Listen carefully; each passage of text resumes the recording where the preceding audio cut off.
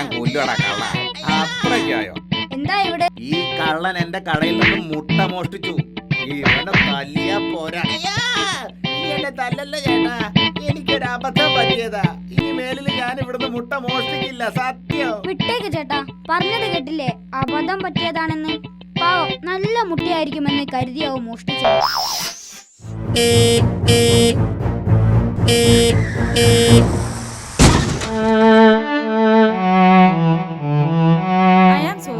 എന്റെ ഭാഗത്താണ് തെറ്റുപറ്റിയത്. സോറി മോനെ. ഏയ്, എനിക്കാണ് തെറ്റുപറ്റിയത്.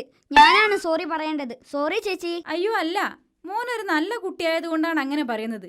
സത്യത്തിൽ എനിക്ക് തന്നെയാണ് തെറ്റുപറ്റിയത്. I am really sorry. ഞാൻ റോങ് സൈഡ് ആയിരുന്നു. അല്ലല്ല, ഞാൻ തന്നെയാ അബദ്ധം കാണിച്ചത്. സോറി. അല്ല മോനെ, ഞാനാണ് അബദ്ധം കാണിച്ചത്.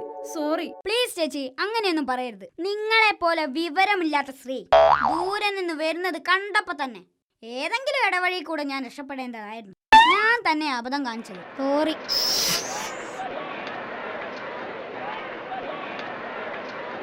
അല്ല, ഇത് നമ്മുടെ രാമൻ ചേട്ടന്റെ വീടല്ലേ? അതെ. എന്താ ഇവിടെ ഒരു ആൾക്കൂട്ടം? രാമന്റെ അമ്മായി അമ്മയെ അവരുടെ പശു ചവിട്ടി കൊന്നു. അതാ ഇത്രയും ആൾക്കൂട്ടം. ആ, അത് ശരി. ഇവരെല്ലാവരും ആ പശുവിനെ വിലയ്ക്ക് വാങ്ങാൻ വന്നതാ.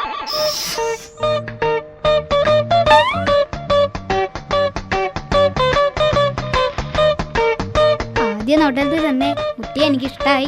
നമ്പർ തരുമോ? എടാ തെണ്ടിച്ചക്ക, ഞാൻ ആരാണെന്നറിയോ? ആരാ? ഞാൻ ഇവരുടെ അമ്മയാ. ക്ഷമിക്കണം ചേച്ചി, എനിക്ക് മകളെയാ ഇഷ്ടമായത്. ടിൻഡു, അവിടെ നിന്നേ, ഒരു കാര്യം ചോദിക്കട്ടെ. കാശാണെങ്കിൽ സോറി ടീച്ചർ, ഞാൻ പേഴ്സ് എടുത്തിട്ടില്ല. നീ ഹെഡ് മാസ്റ്ററെ കുറിച്ച് എന്തെല്ലാം തോന്നിയവാസമാ പറഞ്ഞുണ്ടാക്കിയത്? ഞാനൊന്നും പറഞ്ഞുണ്ടാക്കിയില്ല. അയാൾ ഒരു കള്ളനാണെന്ന് നീ പറഞ്ഞു വരുത്തിയില്ലേ? ഇല്ല.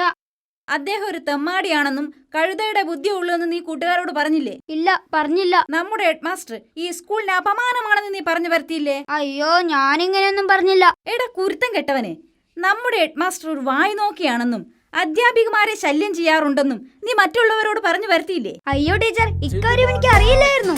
ഇപ്പൊ തന്നെ ഞാൻ എല്ലാവരോടും പറഞ്ഞിട്ട് വരാം. ടീച്ചർ പറഞ്ഞതാണ്, പ്രത്യേകം പറയാം.